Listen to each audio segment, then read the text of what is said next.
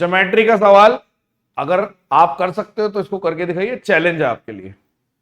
सवाल है, एक ट्रायंगल है P Q R, P Q R, और इसने बोला पी क्यू और पी आर बराबर है, यानी ये दोनों बराबर है। अब इसने बोला एस एक पॉइंट है पी क्यू पे, इस तरीके से है कि पी एस, मान लो यहां तक पी एस और आर एस और क्यू आर ये सब बराबर है, ये भी बराबर है, ये भी बराबर है। आपको पूछा क्या है, आपसे पूछा है क्यूपीआर बताइए। कोई बात नहीं, मान लेता हूं मैं क्यूपीआर थीटा है। अब आप बोल रहे हो कि यदि ये दोनों बराबर हैं तो आइसोसेलेस हैं, तो ये भी थीटा हो गया।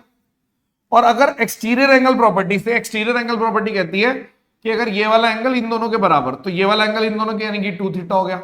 अब फिर से ये आइसोसेलेस हो गया तो ये भी 2 थीटा हो गया। आपने बोला बात ठीक है यार, यानी कि अगर हम ध्यान से देखें तो ये भी 2 थीटा, ये भी 2 थीटा। और आपने सबसे पहली लाइन अगर मिस कर दी तो नहीं होगा, लेकिन उसने बोला था कि ये दोनों बराबर हैं, तो अगर ये भी 2 थीटा तो ये भी 2 थीटा पूरा, ठीक है। तो पूरे पूरे ट्रायंगल में 5 थीटा है, जिसकी वैल्यू कितनी है 180, तो थीटा की वैल्यू कितनी होगी 36। और वैसे कभी भी अगर आपको कोई एंगल नहीं दे रखा तो 36 या 36 का मल्टीपल ही आंसर होता है।